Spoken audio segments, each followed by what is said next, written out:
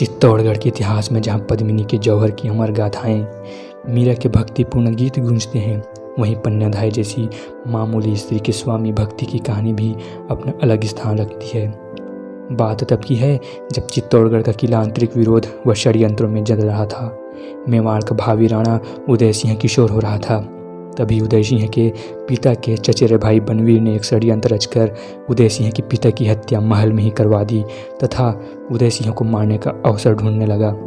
उदय सिंह की माता को संशय हुआ तथा उन्होंने उदय सिंह को अपनी खास दासी व उदय सिंह की धाय पन्ना को सौंपकर कहा कि पन्ना, अब यह राजमहल व चित्तौड़ का किला इस लायक नहीं रहा कि मेरे पुत्र तथा मेवाड़ के भावी राणा की रक्षा कर सके। तू इसे अपने साथ ले जा और किसी तरह कुंभलगढ़ भिजवा दे। पन्नाधाय राणा सांगा के पुत्र राणा उदय सिंह की धाय माँ थी। पन्नाधाय किसी राज परिवार के सदस्य नहीं थी। अपना सर्वस्व स्वामी को अर्पण करने वाली वीरांगना पन्नाधाय का जन्म कमेरी गांव में हुआ था। राणा सांगा के पुत्र उदय सिंह को माँ के स्थान पर दूध पिलाने के कारण पन्ना धाय माँ कहलाई थी। पन्ना का पुत्र चंदन और राजकुमार उदय सिंह साथ साथ बड़े हुए थे। उदय सिंह को पन्ना ने अपने पुत्र के समान पाला था। पन्नाधाय ने उदय सिंह की माँ रानी कर्मावती के सामूहिक आत्म बलिदान द्वारा स्वर्गारोहण पर बालक की परवरिश करने का दायित्व संभाला था। पन्ना ने पूरी लगन से बालक की परवरिश और सुरक्षा की। पन्ना चित्तौड़ के कुंभा महल में रहती थी। चित्तौड़ का शासक दासी का पुत्र बनवीर बनना चाहता था। उसने राणा के वंशजों को एक एक कर मार डाला। बनवीर एक रात महाराजा विक्रमादित्य की हत्या करके उदय सिंह को मारने के लिए उसके महल की ओर चल पड़ा। एक विश्वस्त सेवक द्वारा पन्नाधाय को इसकी पूर्व सूचना मिली। पन्ना राजवंश और अपने कर्तव्यों के प्रति सजग थी। वह उदय सिंह को बचाना चाहती थी।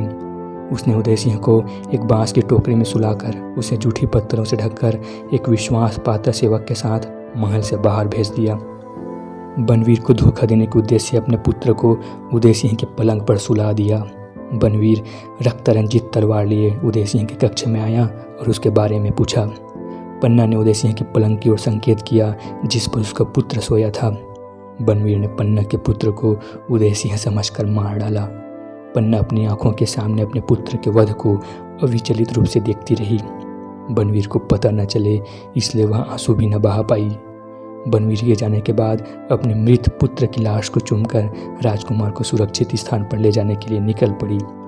स्वामी भक्त वीरांगना पन्ना धन्य है जिसने अपनी कर्तव्य पूर्ति में अपनी आंखों के तारे पुत्र का बलिदान देकर मेवाड़ राजवंश को बचाया। आइए उस महान वीरता से परिपूर्ण पन्ना की कहानी को इस कविता के माध्यम से समझते हैं। चल पड़ा दुष्ट बनवीर क्रूर, जैसे कलयुग का कंस चला। राणा सांगा के कुंभा के कुल को करने निर्वश चला। उस और महल में पन्ना के कानों में ऐसी भनक पड़ी, वह भीत मृग सी सिहर उठी, क्या करे नहीं कुछ समझ पड़ी। तक्षण मन में संकल्प उठा, बिजली चमकी काले घन पर, स्वामी के हित में बलि दूंगी अपने प्राणों से भी बढ़कर। धन्ना नाई की कुंडी में झटपट राणा को सुला दिया, ऊपर जूठे पत्तल रखकर यूं छिपा महल से पार किया।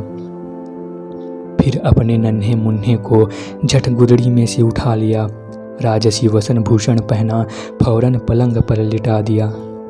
इतने में ही सुन पड़ी गरज, है उदय कहाँ युवराज कहाँ। शोणित प्यासी तलवार लिए देखा कातिल था खड़ा वहाँ। पन्ना सहमी दिल झिझक उठा, फिर मन को कर पत्थर कठोर। सोया प्राणों का प्राण जहाँ, दिखला दी उंगली उसी ओर। छिन में बिजली सी कड़क उठी, जालिम की ऊंची खड़क उठी। मामा मामा की चीख उठी, नन्ही सी काया तड़प उठी। सोनित से सनी सिसक निकली, लोहू पी नागन शांत हुई। एक नन्हा जीवन दीप बुझा, एक गाथा करुण दुखांत हुई। जब से धरती पर माँ जन्मी, जब से माँ ने बेटे जन्मे, ऐसी मिसाल कुर्बानी की देखी न गई जन जीवन में। तू पुण्यमयी तू धर्ममयी, तू त्याग तपस्या की देवी। धरती के सब हीरे पन्ने तुझ पर वारें पन्ना देवी। तू भारत की सच्ची नारी, बलिदान चढ़ाना सिखा गई। तू स्वामी धर्म पर देश धर्म पर हृदय लुटाना सिखा गई। तू स्वामी धर्म पर देश धर्म पर हृदय लुटाना सिखा गई।